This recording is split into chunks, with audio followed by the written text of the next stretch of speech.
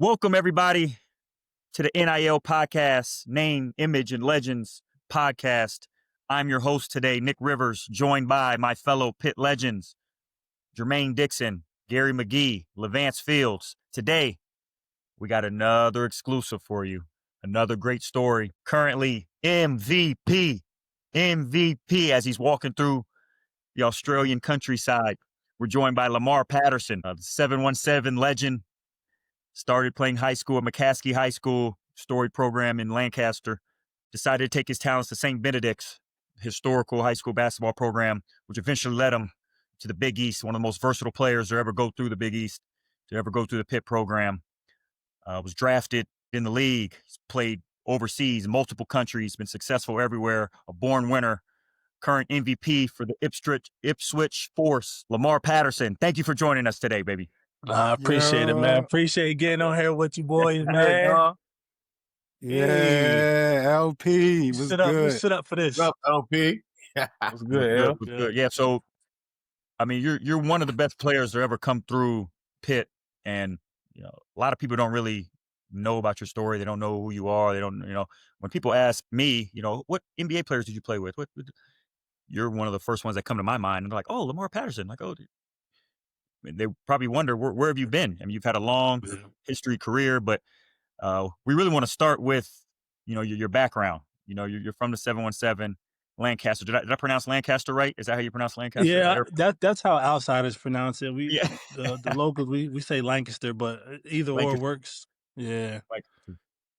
But yeah. So you started at McCaskey High School. And transferred to St. Benedict's High School. So talk to us a little bit about your experience, growing up playing basketball, starting at McCaskey, and what went into your decision, and when did you know you were that guy that you could compete at the highest level and take your talents to New Jersey? Tell us that story of, you transferring and your high school basketball career. Growing up in Lancaster was just like I was always my brother's little brother. He was a big figure in our city, football, basketball.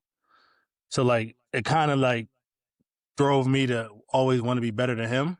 Like that's kind of where like it started. Like I'm tired of being little Perry or Perry's little brother growing up. Which I mean it was cool. I looked up to him. I got two older brothers, both of them my heroes in their own rights. But it was just like that kind of like drove that in-house family competition, probably mainly just a one-sided competition because they're 7 years older, 10 years older than me. So they wasn't really worried about the little brother, but that's kind of where like that drive to be better started at a very young age. And then just playing in that Lancaster league, like it was good, but I knew it wasn't what I needed because I had committed to Pitt like my junior season. So before I even transferred to St. Benedict's, I already knew I was going to Pitt.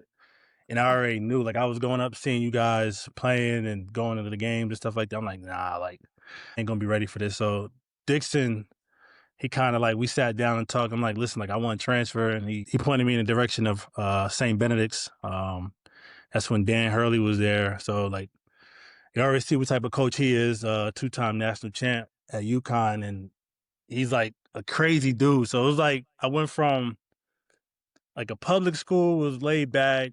My mom was the nurse. Like, I could pretty much get away with anything. Like I'm the man in high school. I can walk into school whenever I want. That makes sense. To pretty much changing that whole dynamic around going to St. Benedict's where Hurley like really didn't care who you were, what type of player you were. He just wanted like the best out of you. Like it didn't matter like how good you were. Like, me walking into that gym, he was like you're a nobody. And that's kind of what I needed at that time in my life for sure. Cause like, you feeling yourself, you're the man of your city. Everyone's felt that. But like, it was like a wake up call. Cause I went up there to work out first and them boys was working. Like I didn't know what hard work was until I seen a practice at St. Benedict's for the first time. And we was playing ones and they just had, Tristan Thompson was there and they just had him going to work on me. Like just one-on-one, I'm dead, I'm tired. I'm not in elite shape.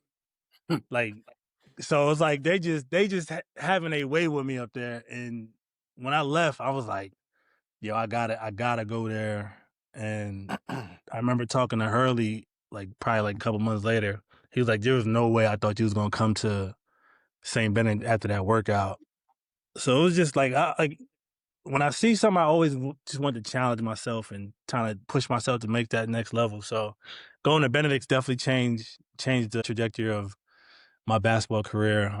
It got me prepared for Pitt, but yeah, that was the main reason why I wanted to transfer. Is like I just wanted to get ready for going to Pitt. So you committed early. So while you were still at McCaskey, you committed at Pitt. I didn't know that.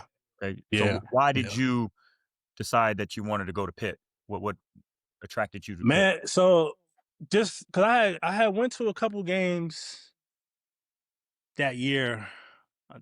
I had went to the Georgetown game, I believe. That was at the Pete, and then I went to a UConn game at the Pete. That's when I think fella flipped his what was it, Hakeem?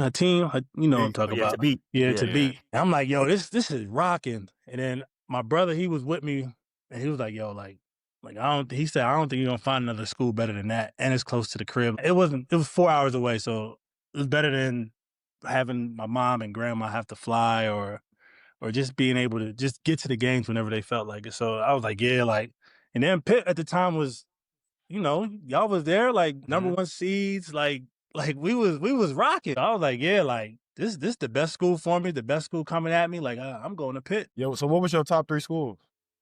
So Pitt was always number one for me. And then I really didn't even look at many schools. I went to Penn State.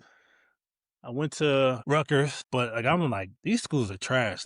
Rutgers wasn't good at the time. Penn State wasn't good at the time. I'm like, nah, I need to be somewhere where Pitt was on ESPN every game. Mm-hmm. You know what I mean? I'm like, this is what I want. Playing in the Garden.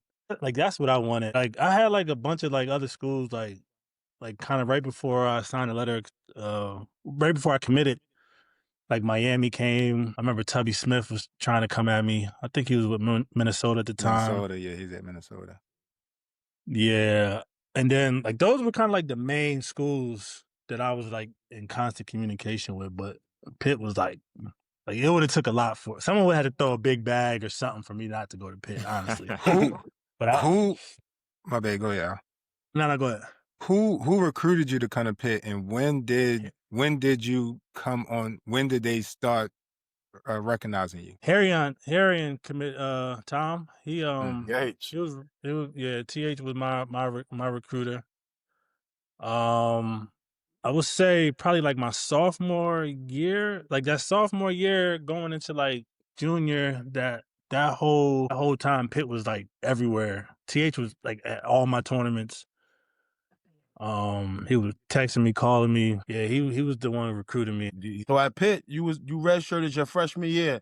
How did that help you develop for the rest of your career? I mean, it helped because it gave me an extra year. Cause that was the year I think Maine was hurt. You was hurt for half the season, and then Gil was academically. Mr. Smart Man was academically ineligible for half the year. So I started playing that.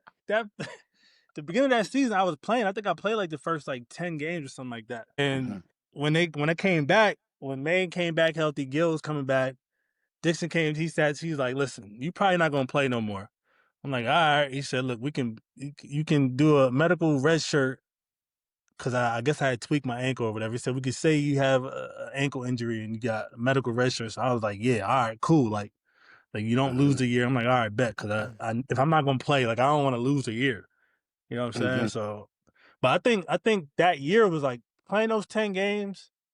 There's no experience better than actually getting on court. You know what I mean? So playing that and then just being in practice every day, that year, I remember Brad, the last one, Brad was talking about how Lee was killing him every time. Brad was that for me. He was killing me all year. ODing killing me. And that's probably the best way you can get better is just play with people that are better than you. You know what I'm saying? Be on the court with them and then getting the in-game experience. That was great. So going into next year, I had more confidence and stuff like that, which was good as well.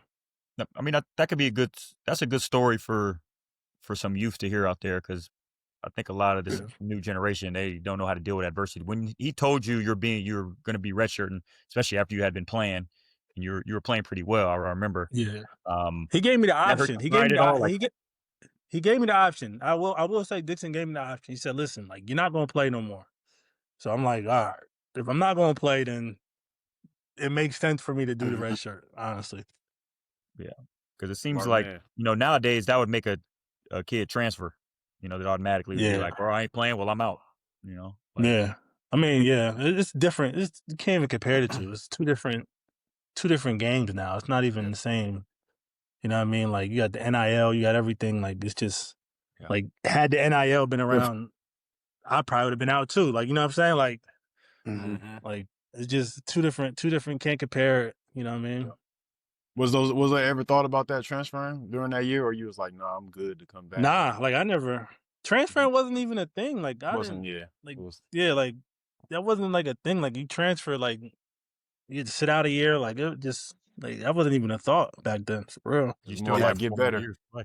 Yeah, it was just get better, get on the court. Like you know what I mean? To just grind it out. And then it was like going to Pitt. Like we had guys like Gil was like that. You know what I mean? Like where he's redshirted, and then next thing you know, he's starting and you're playing 25, 30 minutes a game. Like we had guys like that. I think Trey had just came off of his redshirt year. So it was like it wasn't like I was like the only one doing it, you know what I'm saying, or the first one to do it. So it was like being able to see them do it, talk to them about it, like it made it easy. pretty normal at Pitt at the time. Yeah, redshirt year. That Did was you feel like thing. Yeah, that was normal for Pitt. Like even Okay. even after me, I think Cam redshirted, maybe someone else redshirted or something like that. But it was just it was the Dixon thing, you know what I mean? Yeah, that was Dixon thing. I should have took the option when I got offered it my freshman year, because everybody got injured. I had to play the spot minutes because we got too many injuries. I could have played one more year with you, LP. Catching some dimes. It's all good. LP could have got you to the league, huh? Man, how you pass? Yeah. Hey, L, did you feel like you could help us that year? Man, honestly, I don't think I was ready to produce at that level. Like you know what I mean? Like even the next year, like I felt like I still wasn't quite there yet. Like I would come in the game and get a couple of assists, couple of rebounds. You know what I mean? Not mess up. That was my whole mindset: is not mess up at that age and at that point in my career. So I mean, yeah, I probably could have helped just by being some sort of stable option off the bench or something like that. But like you guys didn't need me. You know what I'm saying? Like then the next year, like it just kind of like just build up the confidence year by year. And I feel like that was another Pitt way. Like, you know what I mean? Just get better year by year. Mm-hmm. So yeah, we didn't really have many guys come in right away and then make an imprint on the game right away. You mentioned Brad every day in practice your freshman year. He was the one kind of picking on you and giving you work every day. But what would you say is your like welcome to Pitt moment where you're like, dang, this is the next level. I really need to work on my game if I'm ever going to be successful here? I think it was just like those trainings, like every day. Like, but the thing about Pitt is like we was getting to it. We was getting after it. Like even when we came in the summertime, dudes was back. We was playing pickup and go to the back gym at night, play ones. Like we were just getting after it. Like, you know what I mean? So it kind of like just built it up every time. And then like once official practice started, getting ready for the season and stuff like that. And we're like that's when Brad was really like ODing because he knew the system. He understood like how to get to his spots within the system. You know what I mean? And I'm still trying to figure out how to get over ball screens and you know what I mean, and all that extra stuff. And it's like the pace was just different. You know what I mean? So like I wouldn't say I had one specific moment, but I think just that whole leading up to that season was just every day walking in there and then getting cooked. The next day have to go through it again and get cooked. You know what I mean? Like it was just every day. It was like damn. Like and then you got Dixon in the back. Get your fat ass down. Like you know what I mean? So it's like all right. Like all right, man. Like I was gonna say, how was your individual workouts when you first got in? How was that? How was that surprise? Yeah, they was cool. Like they wasn't bad because it was like coming from Benedict, like we was already doing like a collegiate program. Like we was, you know what I mean, we was putting it work. And so like when it came to like the individual stuff, it wasn't hard. Like it was just like the nonstop grind of it. Like doing the conditioning with Tim Belch, then the weight room. Like I don't think we touch weights at Benedict's. Like we didn't do that. But then you add that at Pitt, and on top of that, another 2.5, 3 hour practice. Is like, like dang, that don't start wearing you down. Then you gotta go to class and start wearing you down. Like you're like, yo, this is college. Like, you know what I'm saying? So when you're in high school, like, the college is hard. Like I feel like just to maintain like the sustainability of being a collegiate athlete, that's what really makes it hard. Like being on the court, like that's what we're there for. You know what I'm saying? So it wasn't too hard. Like the individual was straight, but the practicing and then you getting cooked every day. Like that really makes it hard. Now, LP, when you came to Pitt, you already had your son, correct? Yeah, it's Aiden. Yeah. So did you come into Pitt hungry? Like, I got kids to feed, or was it like how was that? Yeah, Did it play an effect like on you? It didn't really play that effect. They didn't when he came in, like it didn't play that effect. Like mine was just like just come in and just going with the flow. Like I really didn't get that mindset like shift until my youngest was born. And that was like going into my senior year. Like that was like my senior year. That's when like the mindset shift kind of started happening. But like going there, like Pitt, like I was young. I was just, I was just happy to be in college at the time. Mm-hmm. Like, you know what I mean? Like didn't really know what I wanted out of it. Like it wasn't like NBA was on my mind at the time. Like, you know what I'm saying? Like I knew I wasn't like a one and done player, nothing like that. So it was like I kind of was just going with the flow of just being in college. You know what I'm saying? At that time. When would you say that moment where it started to click, where you realized, dang, maybe I am that guy. I do have a future here. I could be a pro. I would say like the CBI kind of, that's when the CBI, so that was what, my redshirt. Yeah, it's funny, you're going to laugh, but. Hey, that was incredible. Yeah, the CBI is kind of when I was like, oh, okay. Wow. I was there. Like, bad. I can do a little something. Like, you see how they laughing at? Like, they laughing. Hey, we got a chip. We got a new chip. We got a chip. They ain't had to go through the CBI year. Y'all didn't have to go through it. But I had to go through it. But all we knew how to do was dance, baby. My bad. Yeah, that's what I'm saying. We just knew how to dance. Yeah.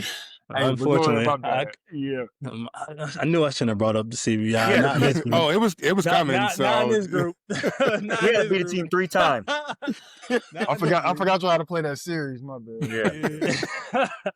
But the CBI, it helped me because that was what, my redshirt sophomore year. Yeah, my redshirt sophomore year. So like I'm still trying to figure out like how I'm gonna make it, like be that guy, or you know what I mean, and make an imprint on every single game. And I would say I was fairly inconsistent at doing that whole season. Like, you know what I mean? Like that was, what was that? That was Ash senior year, Nas senior year. So when the CBI came around, like, that's their senior year. They're used to being number 1 seed, stuff like that. So CBI come, like, they didn't want to do that.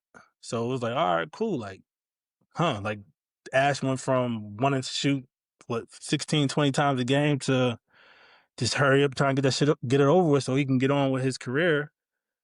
And I'm like, all right, that's perfect for me. So Dixon kind of let me rock out. He just started calling plays for me, let me go get ball screens, like stuff like I wasn't normally getting. And I was like, I was killing that.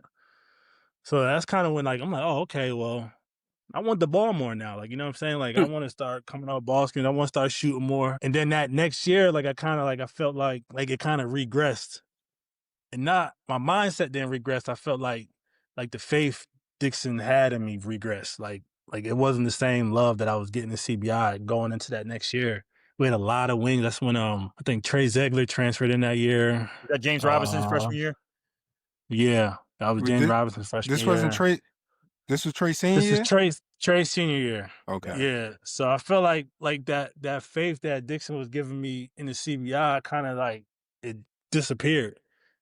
And I really didn't know why. You know what I'm saying? Like playing, so CBI was trying to play like 30 minutes a game, something like that. And then next season come around, he's doing the 20 minutes, 22 minutes, stuff like that. I'm thinking like, yo, like what is going on? Like like, what's going on? Like, we were winning. We were still, like, fairly decent. We made the tournament day. That was Steven Adams' freshman year, too. So we were doing all right, but I felt like I had more, you know what I mean? And then going that summer, it was like just them dudes start, like, Trey. I think Trey transferred out. JJ Moore transferred out.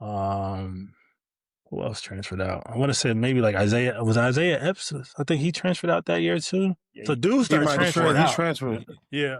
Yeah, okay. So I just know dudes just started transferring. Maybe that was John. He transferred out that year. Flip. Yeah. So dudes started transferring out. I'm like, all right, dudes is out the way now. It's only freshmen coming in. It's my senior year. No way Dixon's gonna do that again. Going into that summer, like it was just grinding. Like I was just grinding, and then we found out my youngest was about to be born. He was gonna be born. She was pregnant, and then I remember I called B Night. I'm like, yo, like I might have to leave. Like this is the only time I thought about leaving Pitt. I called B Night. I'm like, yo, like I think I gotta go. Like I got 2 kids. Like I keep like Kyle, I'm not making no money here. I gotta go.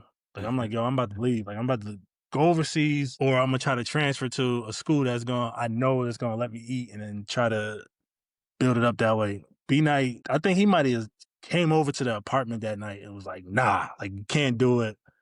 You're not like it's not like he pretty much was like he told me no. I'm like, damn, all right. He's like, nah, like it's not happening. I'm like, all right, like cool. So then I'm like, all right, I'm just gonna grind, like whatever. He's like, I'm like, Dixon was on some BS last year. And like it wasn't like I didn't want to be like that guy to be complaining about minutes and stuff like that. I knew at that point, like, you got what you earned. You know what I'm saying? And nothing was going to just be given to you. So I didn't want to be that guy just complaining, like, even like during the year, like I wasn't complaining to Dixon about the minutes and nothing like that. Like I didn't want to, I'm like, all right, cool. Like just go out there and just try to show him on the court. Like I had that, like I'm going to show you mindset. And then going into that senior year, we was just grinding. Like it was me and Talib, that was our senior year. So it was like, all right, it's us. Like, this is our ship now. It's us. And then I remember one of our workouts, we was doing conditioning or something like that. You know, Ty got that. He got that African motor. Don't get tired. Yeah. He got that African motor. So we just doing conditioning, and he just beating everybody in all the sprints. And I remember Dixon saying, yeah, that's why he's going to lead us this year. That's why he's the man this year. And I'm thinking like, nah, you're not about to be on this. Like, you're not about to be on the BS again this year. Like, I'm looking at him like, nah, like, you're not. Like, of course, I'm not going to be running like Talib. Like, Ty was different. That's what he did. I'm like, I'm like, nah, Dix, you're not about to be on that. So I'm looking around. I'm looking at him. And I look over at B Night. I'm like, he's like, don't, like, B just shaking his head like, don't worry about it. I'm like, all right. Like, you know what I mean? Cause I'm like, you pretty much told me I had to stay here. Mm-hmm. So just going into that senior season, it was just like that was just the mindset. The mindset was like, it's my time. I'm going to eat, and nothing's going to get in the way of that.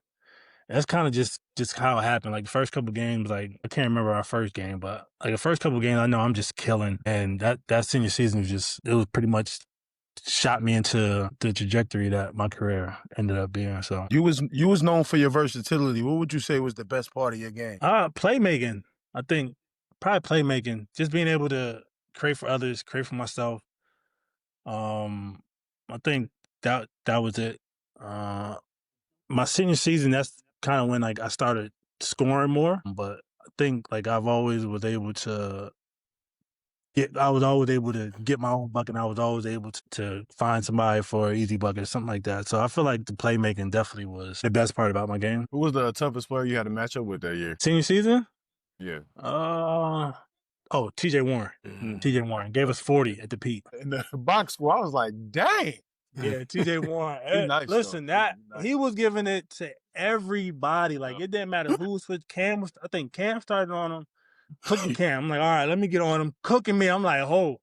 I'm like, me and Cam just trying to take turns on. He just like, and it was just some nasty get to the like elbow fadeaway joint. I'm like, nah, like, and then I think the game before that he had 40, so we knew what type time he was on, and it was just nothing you can do. He just came into the Pete. Yeah, nothing we can do.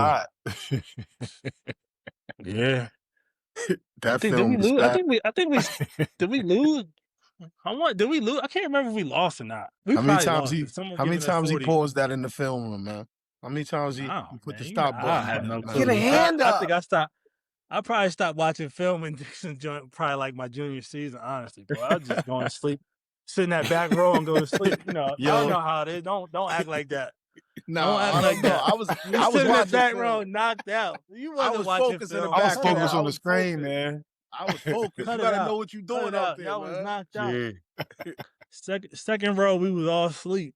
Hey, I watched film. I was locked in. I watched film, man, proudly. Hey, LP. I was knocked out. LP, let's go back a few years. I know we're talking about your senior year. Yeah, go ahead.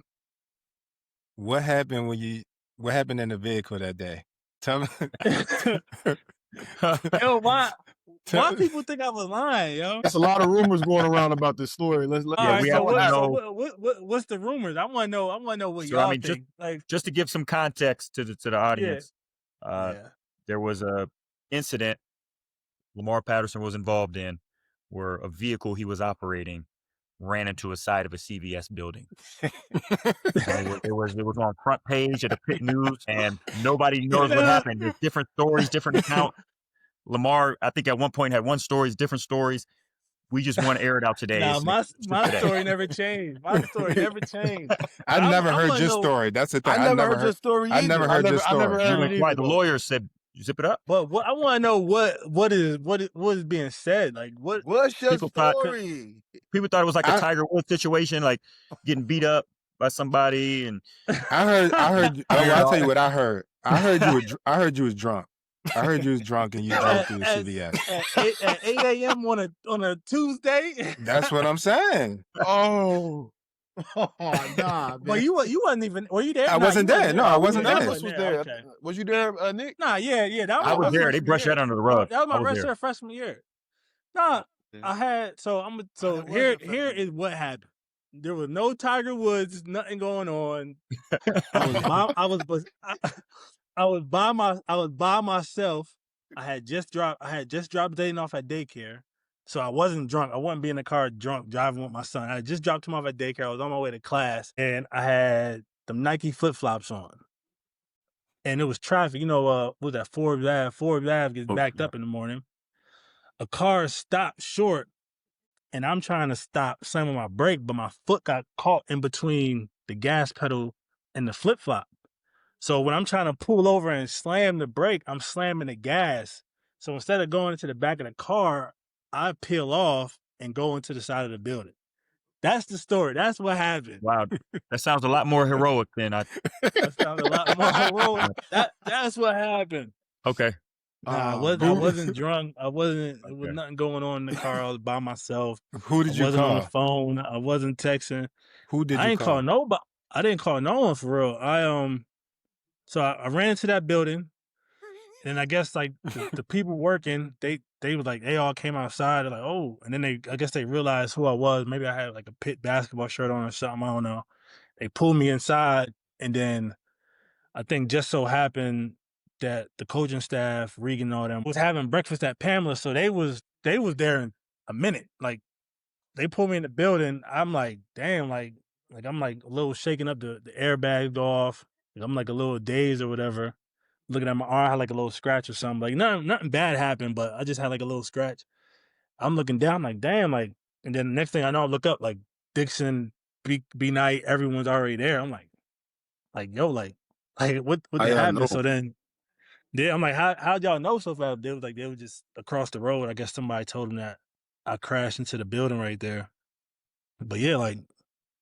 I ain't had to call nobody because they was right there. Mm-hmm. And then I ended up doing so the crazy part is I ended up doing you do an internship to, I guess, one of the credits you had to do. I had to do an internship, so I did it with the Pitt Police, and they told me they watched the surveillance, the camera or whatever, and there was a girl probably like 10 feet away from the building where I crashed at. She was walking.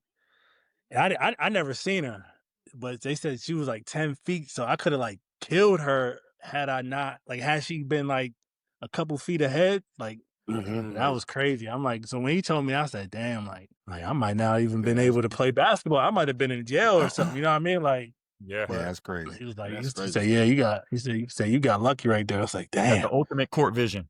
I was just about to say, you keep saying you ran into that building like it's something simple. No. Yeah. Like I just ran into the building. Boy. I mean, that's what it was though. Like, but basically, he was better see, off just crashing into the back of the whip, honestly. That's what he should have did. But that listen, bump. so listen to this. So the workers, so they make a joke out of it because they was meant to have. So another thing, they was meant to have a meeting in that office. I ran into like the boardroom. So they was meant to have a meeting in the boardroom, but they changed the meeting that morning because it was too hot. Oh shit! So they could have been in there. Oh man! So they could have been in. They should have been in there. And then the lady, she was like, "Thank you for running into that building, running into that office. Now they could put AC in there." Oh, that's what the lady. That's what the lady told me. She was like, I was like, oh, but that's crazy. Like when you think about like two things that like I could have killed people. Possibly happened. You know what I mean? That's crazy. And just by the grace of God, like it didn't happen. Like she was like, yeah, we was meant to be in there. We was meant to have a meeting that morning, but we moved it because there was no AC. Like, what are the chances of that? You know what I mean? Mm-hmm. And then somebody walking on the street, like they could have been. If it was 10 seconds later, I would have killed somebody. Yeah. Wow. Well, I'm glad that ain't happened. And like Nick said, you might be more heroic than we giving you credit for, man. Mm-hmm. Now you got an AC. I seen the video. Man of the people. Man of the people. But then we had practice or we was playing pickup later that day, and I went up there and started killing y'all. I don't know how you forgot that. G. Ooh. Oh, I about to say. G. I don't know how you forgot it because. Oh, G, remember? I don't know how you forgot because then I forgot. I think Esco, because I probably had like a game winner or something. I hit like a couple threes or something.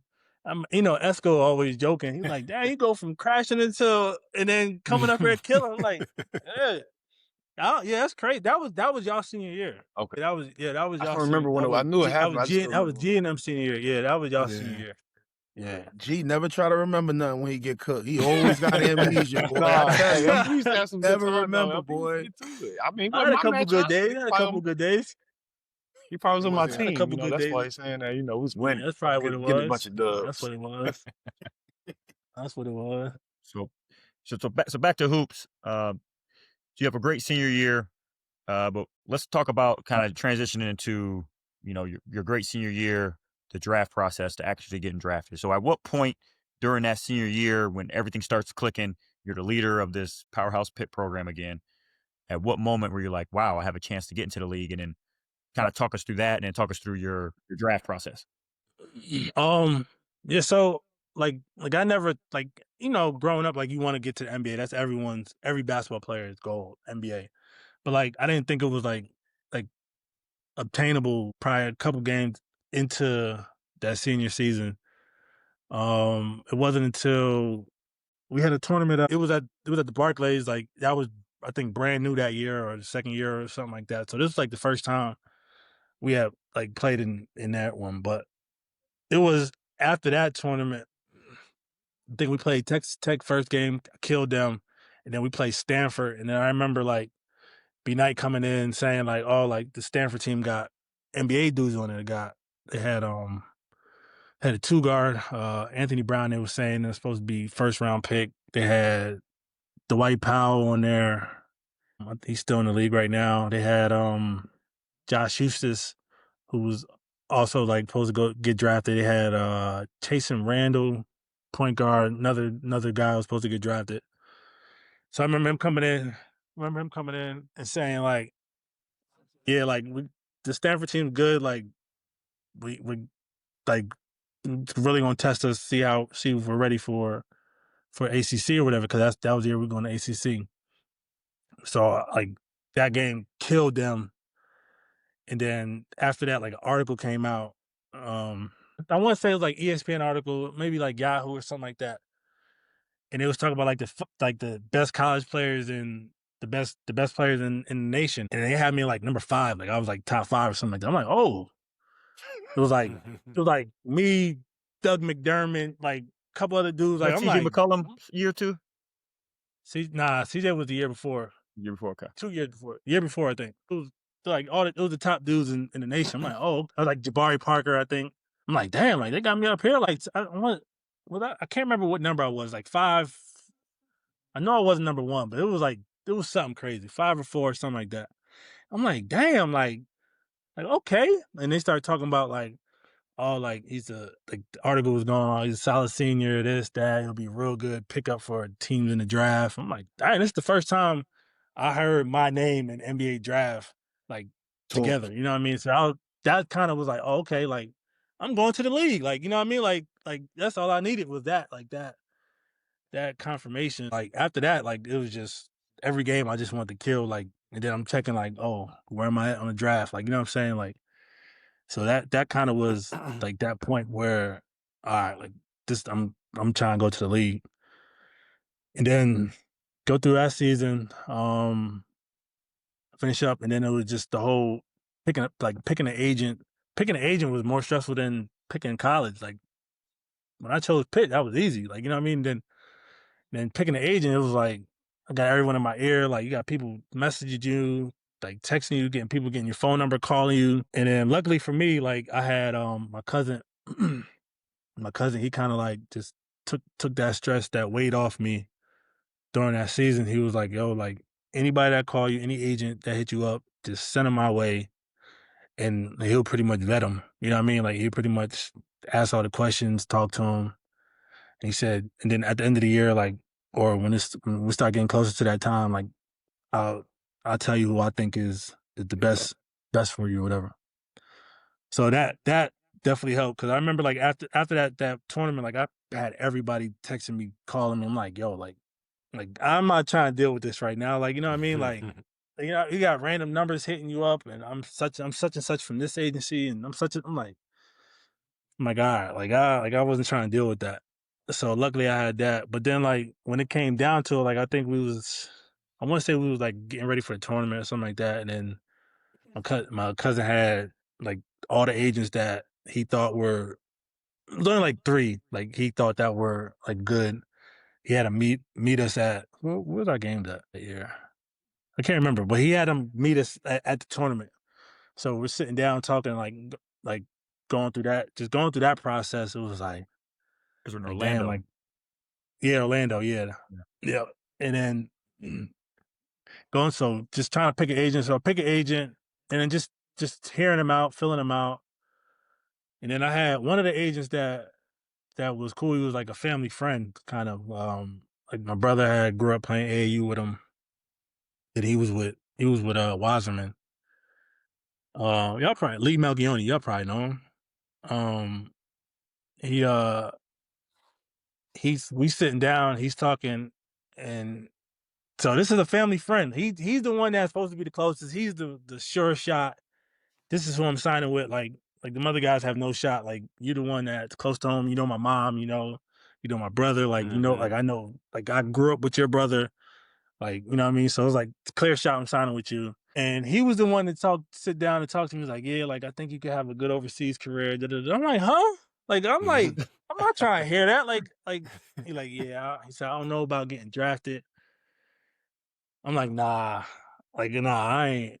I'm like, you know what I mean? Like, so it kind of like, it showed me like, all right, like, there ain't really no friends in this. You know what I'm saying? Like he's not going to be pushing for you, your dream. Yeah, like, I'm like, I ain't feel like, because he had Marcus Smart that year, and he was heavy on the Marcus Smart train. I'm like, all right, well, I'm going to let you go handle that. I'll find somebody else. So I ended up going with, dude, Adam Pensack. I think, did you sign with Pensack? I used to be with Adam. Yep. Yeah. Pensack.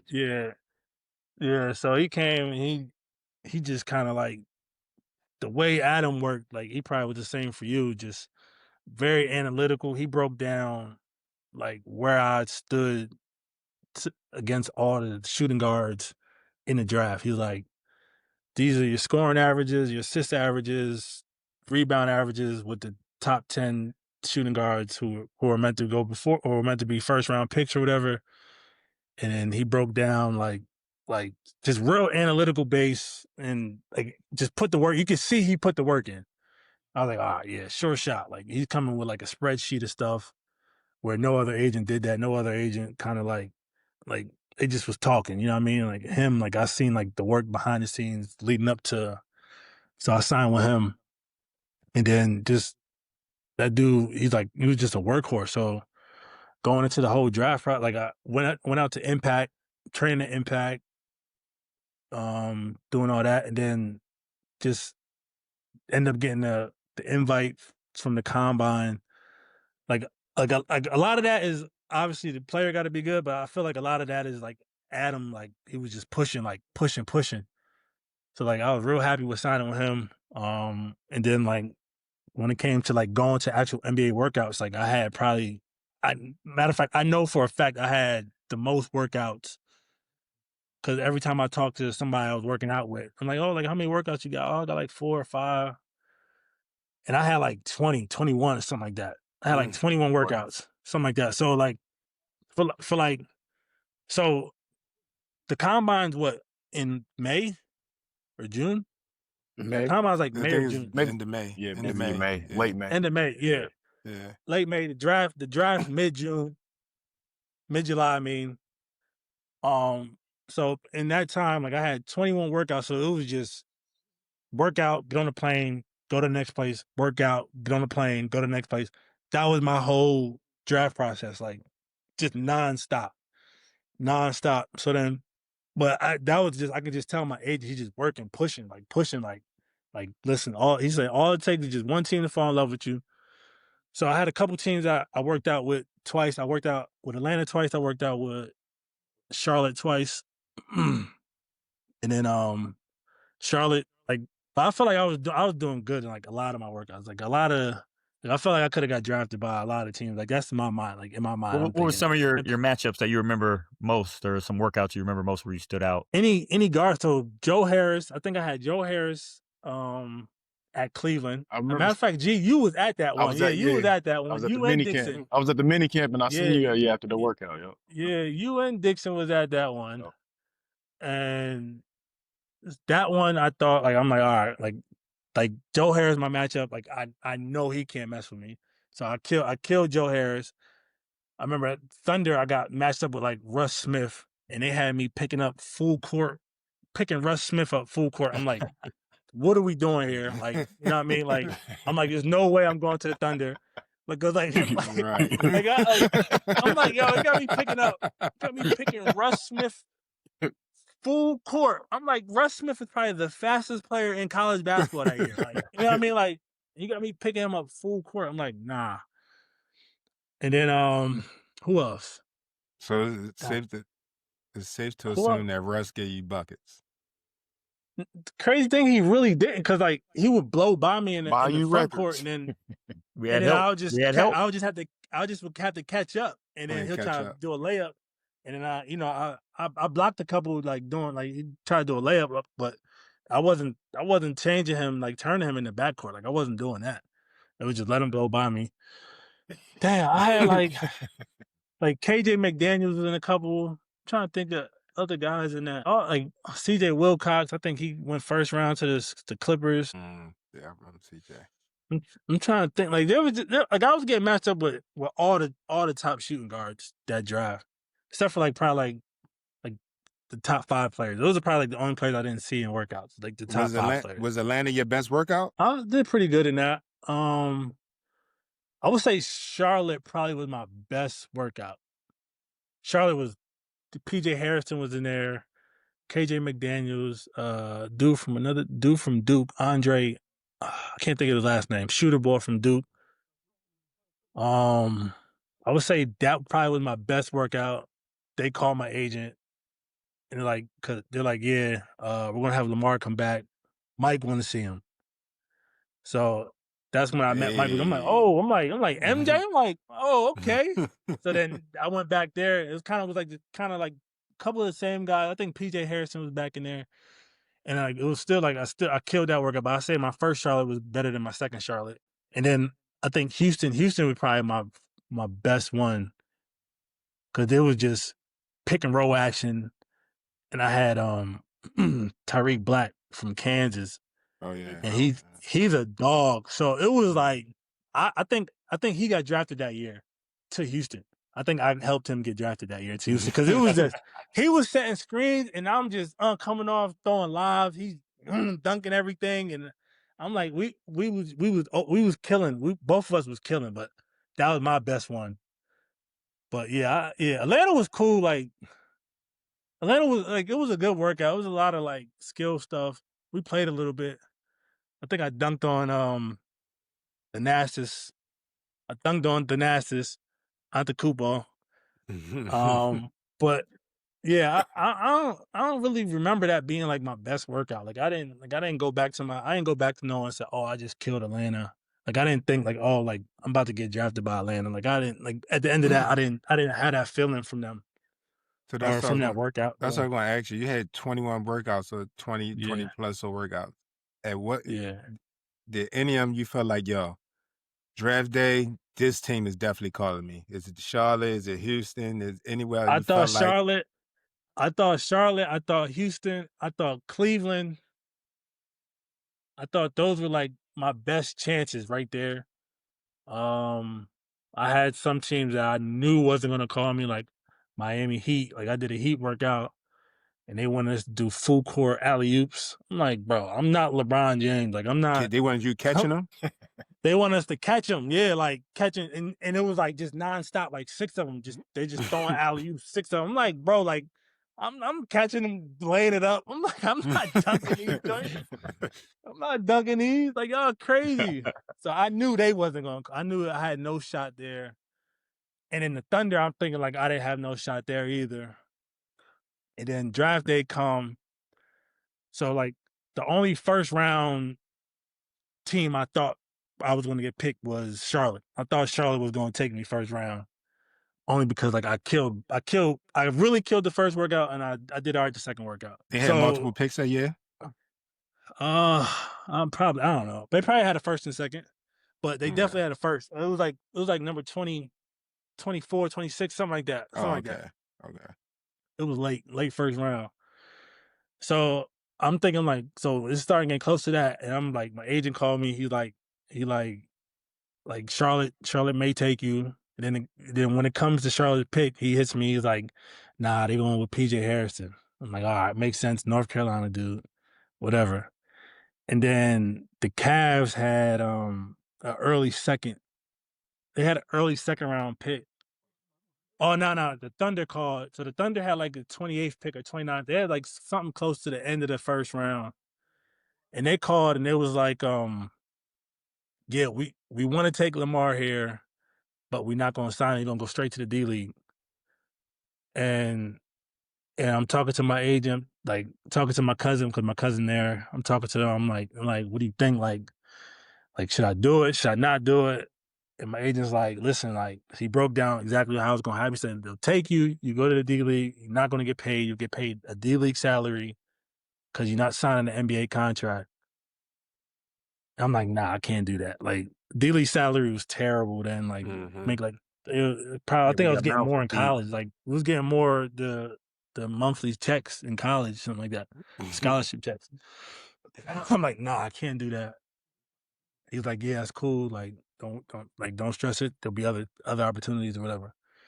So that was my 2 first round opportunities right there. I probably should have just took the D-League joint and just sucked it up for the year. I mean, but they would have still had to sign you to the first round contract, right? Wouldn't they have? Yeah, they would have to sign me to the first round contract eventually. Or they would have I think when they draft you, you can sign it, but they can cut you immediately, something like that. But in hindsight, I probably should have just took that. Josh Hustis that went to Stanford, he ended up taking that deal, and he ended up getting like 1 or 2 years out of them. But and then the Cavs had like an early early second round pick. And then when they're about to pick, they call my agent and say, "Oh, this is the year. I think this is the year Bron going back to Cleveland." So my agent called me. He's like, "Yeah, they're gonna just take a shooter, like a pure shooter." So they took Joe Harris that year, and that kind of like deflated me because I'm like, Nah, not someone in my workout. Like, Did you kill? you know what I mean? I'm like, not someone in my workout. Like, I'm like, nah. But it was like, all right, whatever. I at the time, Bron hadn't went back to Cleveland. He didn't like say he was going back yet because I think that was the year they took. I think that was the year they took the big boy. Wiggins. Hold on, so yo, Chuck. That was the year they took. Oh man, he's turned up right now. That was the talk at that mini camp, though. They was talking about that, how that Brown was probably going back. That was Wiggins. That was the Wiggins year. That was the talk. That was everybody was like, I didn't know that. I didn't know none of that. But obviously that must have been in the cards because they wouldn't just take a pure shooter. But that year they had the number 1 pick. I think that was Wiggins' year. Wiggins, so you know, I think Wiggins has been getting traded. Yeah, Wiggins and for Bennett, Kevin Love. Kevin Love, yeah. K Love, yep. So they end up so I'm like, all right, whatever. So that kind of like defeated me though, because I'm like, damn, like I don't know what's gonna happen. You know what I mean? Because like I really didn't know what was gonna happen. So then Atlanta had the 42nd, 42nd, 40. No, they had like the 42nd or 43rd, and they end up taking Eddie Tavares, big 7-footer from Real Madrid. Big fella. Yeah. They took him, so I'm like, damn, I'm not getting drafted. Like, you know what I mean? Like I'm like, it's over. Cause mind you, like I had like a mini little draft party. Like I had all my friends and family. We had rented out a room at a hotel, like a little conference room, and we're watching the draft on TV. So I'm like, damn, like I'm one of those guys. Like I got everyone here in the green room. The local media came. Like they came, and my cousin was like, nah, you can't come into the room. Like you can wait in the outside. If you get drafted, then we'll do an interview or whatever. So he kind of shut them down from coming in. But it was just like, I'm like, damn, like. So at this time, like we're all stressed out. Like my mom's stressed. I'm stressed. My brother stressed out. Like my brother, he emotional teddy bear, the middle brother. So he left the room. He went down to the bar. He's drinking, and mind you, at this time I'm stress drinking at the time. So I'm just I got a drink in my hand every 2 seconds. Like I'm just stress drinking at this time. And then, cause I'm like, damn, I'm not getting drafted. And then my agent called me. So it was Milwaukee had to pick or whatever. Agent called me. He's like, yeah, like they're gonna take you right now. I'm like, oh shit, that's the first thing he said. Like he said, Atlanta gonna take you right now. Milwaukee's gonna make the pick, but they traded the pick. They're gonna take you right now. So at this time, I'm like, oh shit, like, but I'm drunk, like I'm lit. So I'm like, yeah, I'm like, nah, like I'm like, oh, and then my mom, she like in the room, she looking at me on the phone because every time I pick up my phone, my mom looking over like this, like trying to see what's going on, like being nosy. You know what I mean? And then I think she could see it on my face that like I was about to get drafted. Mm-hmm. So she's just screaming, like she's like, ah! And then the pick come through, like right after she starts screaming, like, oh, with the Milwaukee Bucks taking it, and then like the whole room just go crazy, like everyone go crazy, jumping up, celebrating, and then like my brother came upstairs crying. He was crying, and then he like my brother not little, so he's 6'4", probably like 270, like he not little, so he crying, and then he come grab me and throw all his weight on me, and that's when like I feel like his emotions just transfer right into me, and I start bawling, like I start crying. I'm like, yo, I told myself I wasn't gonna cry, but dog, like once he did that, it was like tears, like, you know what I mean? Like we was just bawling, just two big 6'4", 6'5" dudes just crying, holding each other. I'm like, yo, like so that was dope. That was a dope moment of draft. That probably was like the highlight, obviously getting drafted, but like just having that moment with him was dope. You got that? You got any footage of that? Yeah, I just gotta find it. Yeah, you gotta have some footage. He don't got it. He don't got it. We got it. We got it in the archive somewhere. That's in the BlackBerry. We need that for the pod. Yeah, we need the footage. BlackBerry on the black book. But I got Right, bro. Yeah, I got it somewhere. But that night was crazy. And then I ended up going out with the fellas and stuff like that. And then, like, mind you, I'm already tipsy. So we go out, we drinking some more. I'm drunk. They like, yo, you got to be in Atlanta the next morning. So I'll get on a plane first thing in the morning, hungover. We got press conference, media conference, and stuff like that. I'm like, damn, like, I'm messed. So the other dudes that got drafted with me, they was in New York. So it was Adrian Payne, rest in peace to him. Yeah, And rest then, in peace. Big Eddie, they was both there in New York. So they just, I think Atlanta flew them down that night. So they had me go down the next morning. So I was just like done. And we have all these meetings. Everybody want to talk to you. Everybody want to take photos. And I'm just like, I'm hungover. I know it in the photos when I see them. Like, I'm hungover. But it was just like that leading up to that, like that whole like month and a half, 2 months, like just to have the name called on that day, like it felt like everything was worth it. Like all those like flying, getting on the plane, workouts. Like I'm like sore. Like imagine how your body's feeling. Like, you know what I mean? Like you're not really getting no time to rest because it's like workout, go through like different teams had different type of workouts. So you got testing, you're doing all this extra stuff. And then you work out, and then it's like get on the plane, then try to get some sleep the next day, and then do it all over. It just like it felt like everything just was like it was worth it. So you get drafted. You know, it's one thing to get drafted. You achieve your dream, the emotions you and your family you get to share. But let's talk a little bit about your, actual career. So Yeah. Get drafted from the Hawks, then you have to report to camp. You become a Hawks player. Talk about your journey in the NBA. Yeah. Your welcome to the NBA moments. Yeah. What was that like? Yeah. So that year I didn't even play. Wasn't even in the league. I had to go overseas that year. Like that was like kind of like the first thing they was like, oh, like we drafted you, but there ain't no spot for you. You know what I mean? So How does kind that of like work contract wise? Who actually pays you? So it was the overseas team. They paid me. So like Atlanta was just like, look, there ain't no spot for you. We drafted you, no spot for you. But it was like, it was better than the like in my mind at the time, like I went for the money now opposed to what it could have been or whatever. Cause I had 2 kids or whatever. But so Atlanta was like, look, there's no spot for you. You can sign it. Cause I guess they have to offer you a contract when they draft you. So they was like, you could sign a contract, be non-guaranteed, but we would just cut you anyway. So I'm like, all right, whatever. So, it's kind of like starting back at square one, you know what I mean? Like redshirting at Pitt.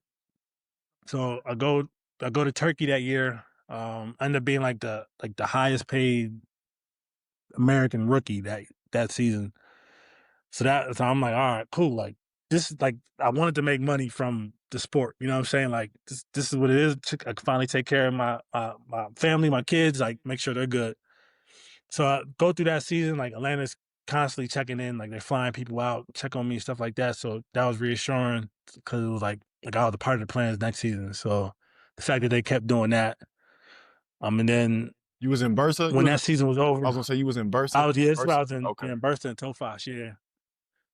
So after that season, still wasn't like guaranteed lot, like you know what I mean. Like I still had to earn my contract to play for the Hawks that season.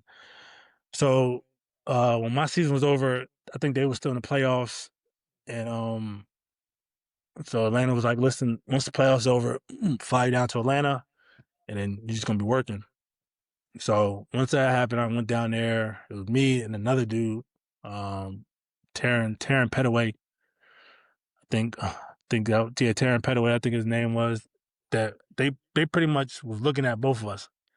And they moved us into an apartment together. So it was like the most awkward thing ever because it's like we going for this one spot and they got us living together essentially. You know what I mean? Wow. So it was like having Wow. like kind of like a fake friendship, you know what I mean? Wow. But like it's cool people, but it's like I'm not trying to be friends with you. Like, you know what I mean? Like I'm trying to get this deal, like lock it in. But they had us just down there grinding every day for like 2 months leading up to summer league. And then summer league come around. I had a pretty good summer league that year. So once that summer league was over, they finally just gave me the contract. still non-guaranteed. So I still had to make the team. So they gave me a contract, still had to make the team in preseason and stuff like that. So it was kind of like just always having to confirm, like, you know what I mean? Like, just earn it step by step. Like, I had to earn it step by step. Preseason come around, I have a pretty decent preseason. First couple games, I'm playing like real spotty minutes. And then one game, they're like everyone just sat out. So they just let us rock. They let me rock. I think we played Detroit, something like that. I probably had like 18, 19, something like that. Like just pretty much doing without like just showing that I'm a pro. Like I could play in the NBA.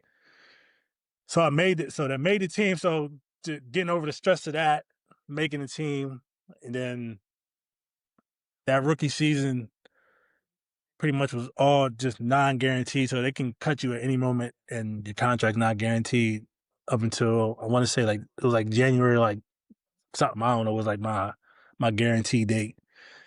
So so that first part of the season, like I was a part of the rotation. Like I'm playing probably like 15, 20 minutes a game. Like the game still, like the NBA game still hadn't like slowed down for me. Like I was still in that that happy to be there moment, like mindset. Like it hadn't turned into, oh, I want to kill this, you know what I mean? Like and see what I can do, or try to get like a big contract or something like this. So I was still in that mindset. Like I'm still trying to just enjoy it, and then just get the guarantee, make it to that guarantee date. So leading up to that, so I'm in the rotation. I'm playing. Having some games are better than others. I'm not out there just killing. Like, it's a couple games I got like 15, 13, something like that. Or like couple spot moments where I'm having decent moments. And that's for like the first like month of the season, maybe month or 2 months of the season. And then we play Philly. And then when we play Philly, at Philly, so it's pretty much me going home. It's the first time I'm in the league. I'm playing at home and in Philly. So it's like I got everyone coming. My mom, grandma, they renting out like 2 buses. So like my whole church is coming up to watch the game. But at the same time, it's my guarantee date. So it's like they can cut me. They can cut me that night, and I won't play the next day. And you know what I mean? And I'll be done and just trying to figure out the next steps. But were you stressed about it? Were you like kind of aware that was the date? Stressed as hell was about to happen. Like one in the back of my mind, I'm like, oh, like I might be cut. Others, like, I'm excited to be in Philly and might be able to play, you know what I mean, in front of everyone. And then I got a bunch of people coming up. I think it was like 60, 70 people coming up from my church to watch that game. Like I think they end up getting like a deal. Like the Sixers hooked them up with like a crazy package deal to get tickets and stuff like that. So that the night before, Mike Budenholzer calls me to his room, to his hotel room. And I'm like, damn, like, what's about to happen? You know what I mean? Like, am I about to get cut? Like, I gotta tell everyone they can't come, or, you know what I'm saying? So he called me like, yo, like, we're gonna keep you. I'm like, damn, like, weight off my shoulder, like, shit. And then he hit me with, but we're gonna send you to the G League. I'm like, nah, you're not. I'm like, damn. nah. Like, yo, I'm like, you're not about to do that. Like, not this game. Like, I'm thinking in my head, like, yo, like, let me just have this game, please. Like, I got everyone coming up. I got like 67 people coming up. Like let me just play Philly.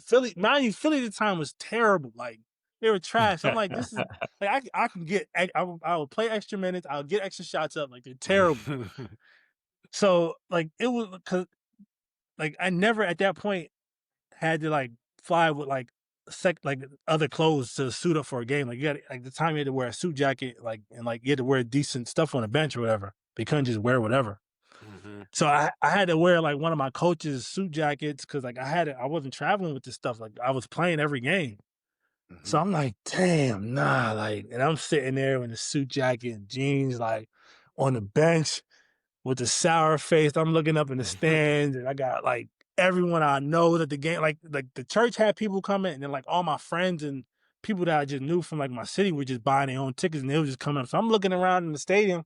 mind you, Philly sucks. So it's like the arena's empty. Half the people in the arena are my people. You know what I mean? So I'm looking around, seeing everyone like, damn, like, nah, like they're like everyone's hitting you with the like, yo, like what's going on? Like, I'm like just on the bench, like, man, like, so, but it was cool though, like, you know what I mean? Like just having that experience, like being in the league, like it was dope. Didn't last long, but it was cool. Do you think you got a fair shake in the league? Like, do you have any resentment on how your career went? Do you feel like your NBA was a failure, or you learn from it? No, definitely. I think I got a fair shake. I definitely think I got a fair shake.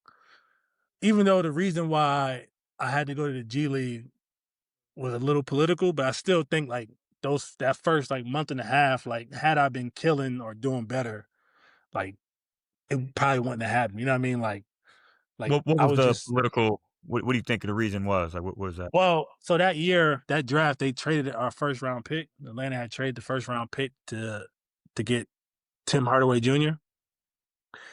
And like during that preseason and training camp, like I was a better player. Like, you know what I mean? Like I was just a better player than him. So to start the season, he started in the G League, and then it got like either my agent told me or like one of the assistant coaches told me like the owners called and was like, "Yo, like why the hell did we trade a first round pick to put him in the G League?" You know what I mean? Like, so which is understandable. Like, you know what I mean? Like you got to understand the business. You know what I mean? You can't get too offended by stuff like that. So it's like, all right, like cool. Like we play the same position. I was the rookie on the team or whatever. So it was like, I'm like grateful that they guaranteed me, but at the same time, it's like, damn, like that's a political move, but it's like, I understood it. You know what I mean? So I would say I got a fair shake, and then like they ended up cutting me that season.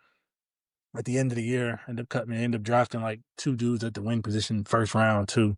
So they ended up cutting me, and then so I start the process all over, going through like the waiver process. I mean, this is summer league, my third or fourth summer league, and then going through the waiver process and talking to my agent, seeing like what the hell is gonna happen. He's like, oh, like if you don't get picked up, then you'll just be a free agent, and then just got to go through the workouts, got to do it all again.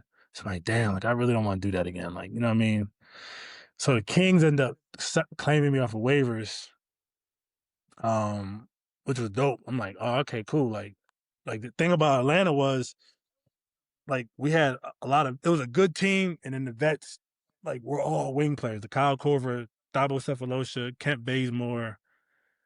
Yeah, Tim Hardaway Jr., who was pretty much the first round pick, what you gonna call it for them. So those were kind of the guys that were just always like gonna play no matter what. So then think about going to the Kings, like, all right, organization not great, team not that good. I may have an opportunity to actually play minutes, like real minutes here or whatever. So the Kings wholesale was, to me, was we're trying to. They had Rudy Gay, Matt Barnes, and them, Aaron Aflalo. But the whole thing was they was like, oh, like we're gonna trade Rudy, and then like we're trying to trade Rudy, and then we'll sign you or whatever. I'm like, all right, bet, cool. So I'm going through like training camp, going through the process of that with them, preseason. And then like I feel like I had probably like my best NBA game in that preseason. But I really wasn't getting much opportunity to play. So we played. I think we was playing the Wizards or whatever, and we was playing at Kentucky. So that was packed out. Yeah, DeMarcus Cousins and John Wall back at Kentucky playing a preseason game. So that was packed out. And then Dave Yeager was the coach. He threw me in the fourth quarter. He said, like, fourth quarter is yours. And I probably had like 14, 15 points just in the corner. In that quarter, I'm like, oh, shit. Like, you know what I mean? Like, there's no way they don't hurry up and get this Rudy trade going so they can sign me. Like, you know what I mean? Like that probably was the best quarter of anyone on the team in that preseason. So I'm like, all right, there's no way they don't hurry up and do this trade. So the whole thing was just, oh, we trying to get this trade. So they was like, oh, like, we're gonna cut you, but we'll sign you back and give you some money, and then you just go to the G League in Reno or whatever. So that was kind of like my Sacramento experience or whatever. So they gave me some money. They gave me a good little bag to go play in the G League, which I was cool. I'm like, all right, cool. Like I could still feed my family, you know what I mean? But they sold me on like a big dream because it's like, oh yeah, once we trade him, like, so I was staying in a hotel, it's like, and it was like, oh, go find a place to live because like, you know what I mean, you gotta get out the hotel. I'm like, y'all really ain't signed me. You know what I mean? Like y'all ain't signed me yet. So it's like, what? Who's the GM? Vladdy. Vladdy still there. Yeah, Vladdy's the GM. Yeah, and so, that's who talking to you? Yeah, so it was Vladdy, and then the assistant GM, he was probably the main one I can't remember his name now. See? But it was them two. And then Paige, I think Paige was like president of basketball or something like that. But yeah, so they like, oh, go find a place. So I'm like, all right, cool. Like they about to sign me, I'm about to be good. So I get a nice little crib out in Sacramento, like out the way a little bit. You know, got some room in the house, you know what I'm saying? Got a pool, got like a hot tub, you know. So I'm cool, like I'm good, like, you know, I got a little bit of room in there. And then it just never happened. Like the trade never. I think Rudy tore his Achilles that season, so that trade never happened. And I'm like killing in the G League. Like I'm like, yo, when am I gonna get the call? Because at the time, so once Sac signed me, they cut me again, but they gave me like some guaranteed money. That was the second signing. So they gave me some guaranteed money. So they gave me money to go to the G League. And then, so at that time, anyone could sign me. And I'm like killing in the G League. I'm like ODing, getting 30 balls, 40 balls. Like I'm like, when is someone going to sign me? Like, you know what I mean? Like, and then Atlanta ended up signing me back. So I ended up going back to Atlanta. But yeah, like, so then once I got cut from there, that was my NBA tenure right there. Yeah. Yeah. So at what point were you like, all right, you know, I'm going to pivot my career and start, you know, going overseas and seeing what's over there? It was probably like that year when because I went to Italy. So once I got cut from Atlanta, I think I played in Puerto Rico that summer, and then I went to Italy. And then I just realized, I'm like, yo, like, I might as well just take these guaranteed money over, you know what I mean? Like the what ifs, and like it kind of started getting stressful. Like, you know what I mean? Like at the time, because I did 5 years at Pitt, so I was an older rookie to begin with. And then those 2 years in and out of the league, I guess you could say, I probably was like 26, 27. I'm like, bro, like I don't know how much longer I can play this. You know what I mean? Like I'm not about to keep chasing his NBA dream, and when I got guaranteed money overseas, like, you know what I'm saying?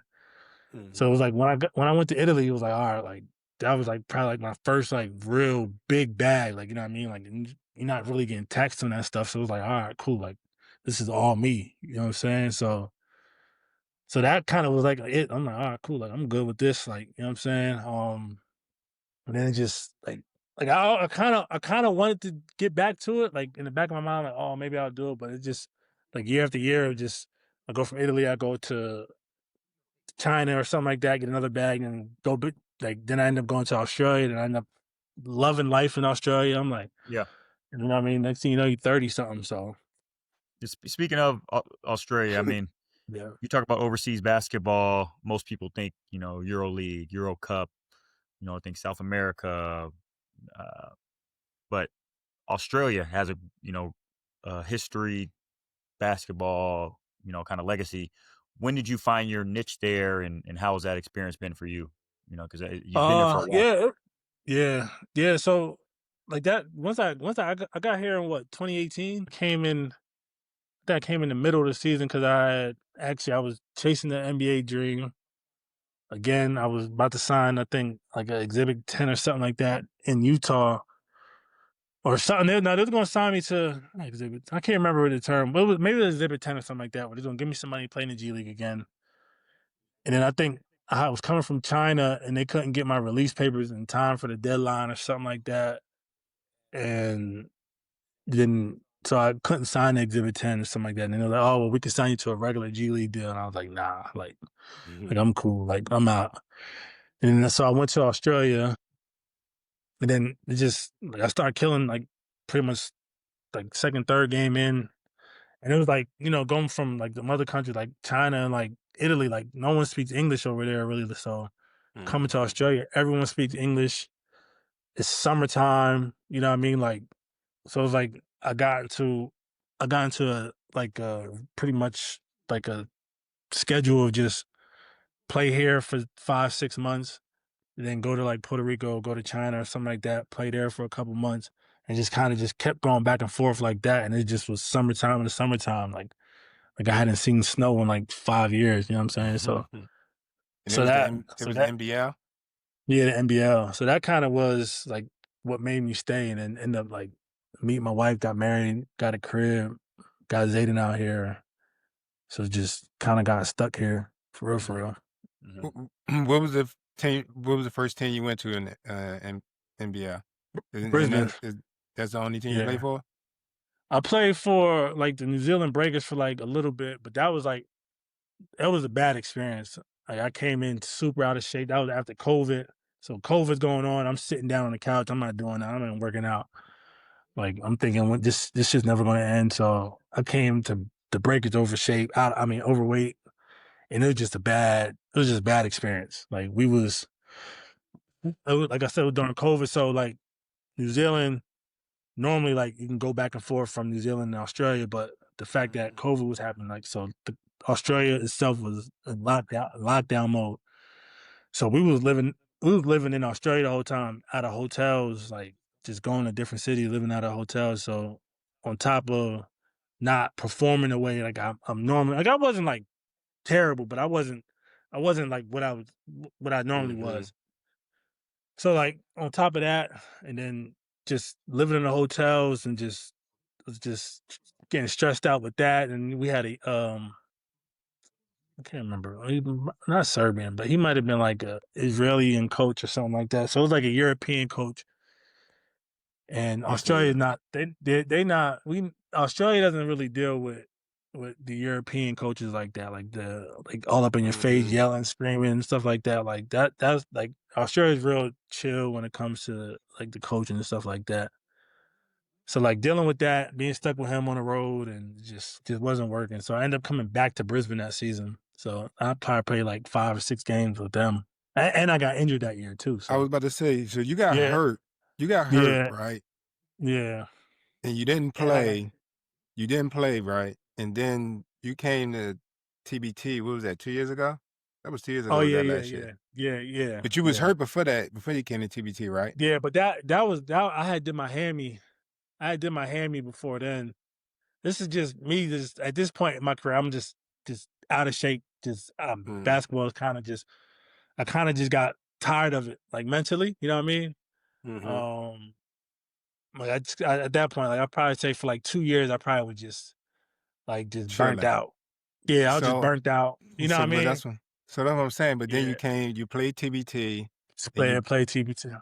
Yeah. So did that give you that fire back? Because now you went over there and, like Nick said, I kind of had it before.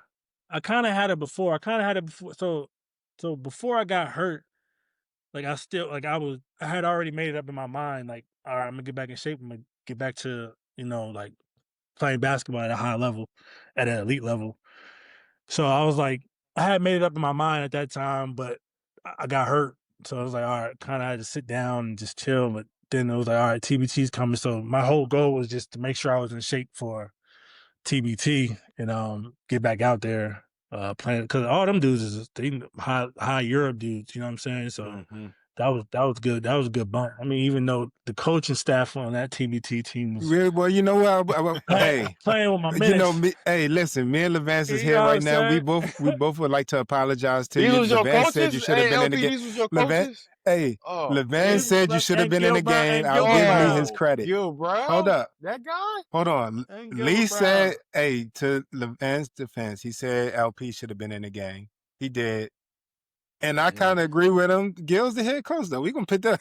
Y'all want Gil. They both. That's your guy too. That's your guy. That's what I'm saying. Gil Brown 717. We supposed to be like this. Supposed to be locked in, and he did me like that. And then, but I will say, like coming. So I was a little surprised about how elite those guys were. Like from game one, I was like, oh, like these dudes are really like, and I hadn't really got my legs back up under me yet. You know what I mean? But I feel like that last game that we lost, I was starting to get them. Like I'm like, I hit a couple jumpers. I'm like, okay, yeah, like I'm back now. Like I'm like, we about to get going now, and then take me out, and I'm like, bro, nah, we not doing that. That's crazy. It's coaches. I Look should at have this said coaching something to Gil, staff. Oh man, I should have said something. I should have inexperienced said something, guys. but I'm like, man, it's all good. That's all good.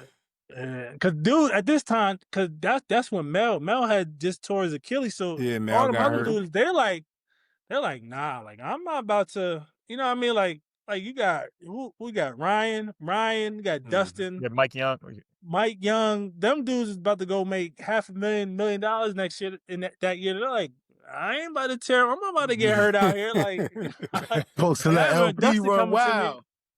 They should just let me go. Like I'm like, listen, like I got something to prove out here. I remember Dustin come to me. He like, man, they should have just kept you in because I am not trying to get hurt out here. Like I'm like, no, he did not say that, bro, because he was complaining on the bench. You got to play it off. You got to play it off. It was either Dustin or Ryan, one of them. I think it was Dustin. Dustin came to me. He was like, man, they should just No, Ryan. It was Ryan complaining, right? Was it Ryan complaining on the bench? Who was complaining on the bench, Lee? I forgot. And Gil was like, we got to get him in the game. All of them was crying. All of them. And I was chilling. I'm like, man, I ain't trying to do that to them guys, man. They stressed. Like that's why I never even said anything. But yeah, I remember Dustin came. I think Dustin, he's like, man, they should just left you in because I was not trying to get hurt. Cause you see somebody tear their Achilles, you're like, that's spooky. Oh, like that's scary. Like you know what I'm saying? Especially when you got $500,000 on the table. Like you're like, nah, I ain't trying to do that. Like so. See, and that's how I knew we wasn't gonna win. See, that's the mindset. But that's neither here. Let me find out you guys don't know how to manage egos. That's crazy. Y'all know how to.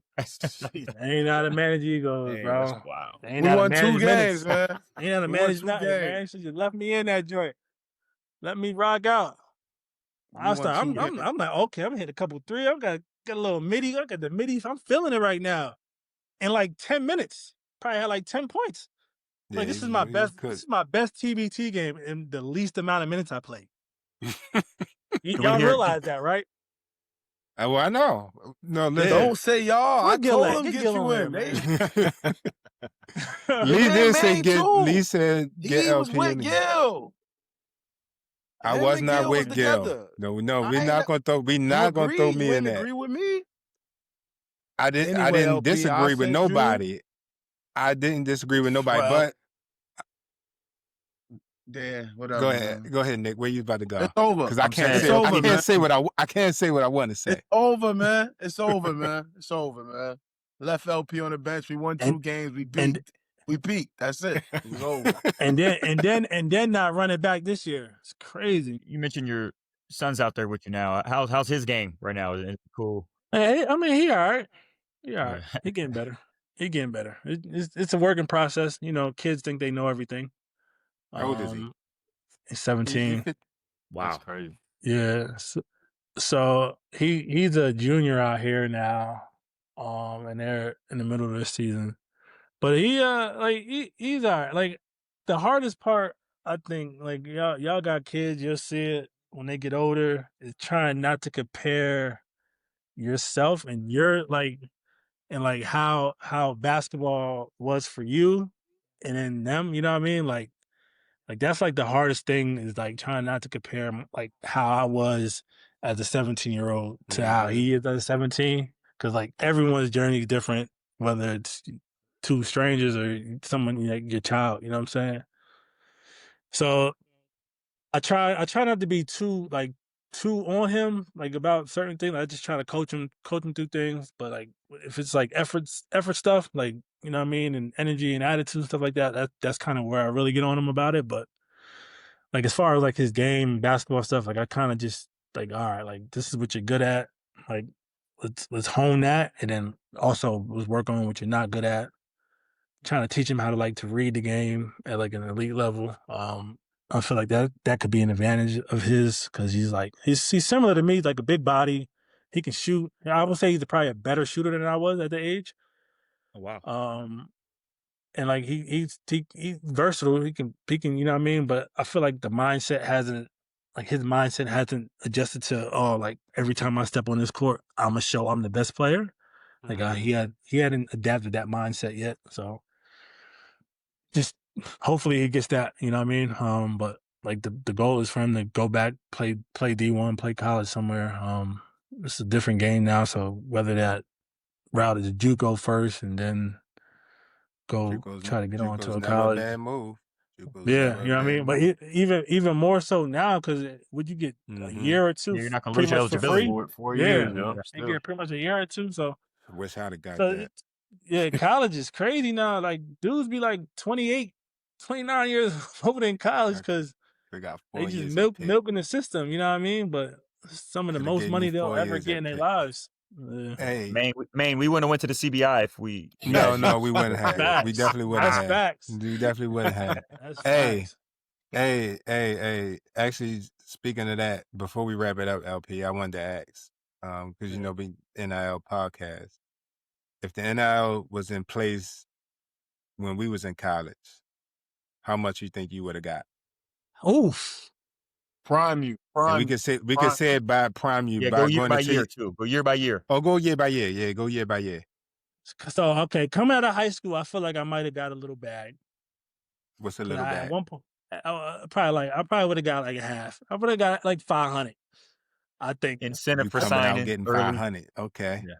I think 500 out of high school, I would have got that. I think so. I was at one point I was top 15 in the nation in high school. Came from Benedict with Hurley. I don't know if it would have been at Pitt, but I think I would have got 500. You know what I mean? And then that kind of would have dictated the rest of that career, honestly, because I'm not redshirting. You're not telling me I'm redshirting. I got $500,000 in the bank. You're right about that. When you think about it, you're not telling me if you bring up the R word and I got $500,000, I'm transferring. I'm see you later. Taking this money, I'm gone. You know what I mean? So it would have definitely changed a lot. But I think by the time my senior season, I would have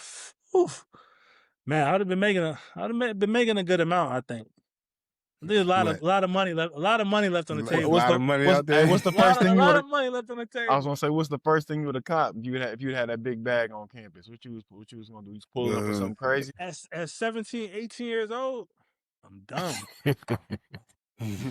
So dumb. A car. I definitely would have got a car. Definitely would have got a car. Definitely would have got a car. Yeah, because I didn't have a car until I signed that Atlanta deal. That was my first time I ever owned a car. Oh, for real? Yeah, that was the first time. So I definitely would have got a car. Yeah. Hey, we're gonna let Nick close it up. But didn't you start the teams? Come Was on, you the man. originator? Was he the originator? He is the originator. He is the OG. The original. That 09 class, we was different. It's a reason we called him young. Yeah, them 09 classes. The 09 class is different. We was different. Give him some good shots. Could you imagine that 500 and then that was wild. We lived wild times, but it would have been even wild. Different breeders, right? We've been flying them from Czechoslovakia. Like we've been flying them. fly. We're gonna save the rest of this conversation for the Patreon page. That concludes another episode of the NIL Podcast. Name, image, and legends. Another legend, another exclusive. Lamar Patterson, 717's finest. One of the best to ever come out of that area. One of the best all-around players to ever come through Pitt. I had the pleasure of playing with him. We all did. We love you. Thank you for coming and sharing your story. And it's a story all hoopers can aspire to be. You achieved the mountaintop and you still made a way when there was no way at every single level. So thank you for joining us, telling your story. Appreciate you, boys. Thanks for pulling up. Keep playing, man. My guy, I want to come out there. Yeah, pull up. Look, I got. We appreciate you, LP. Yeah, pull up, man. Australia loves black people, man. Australia loves us out here, man. Y'all come up, man. You got to play.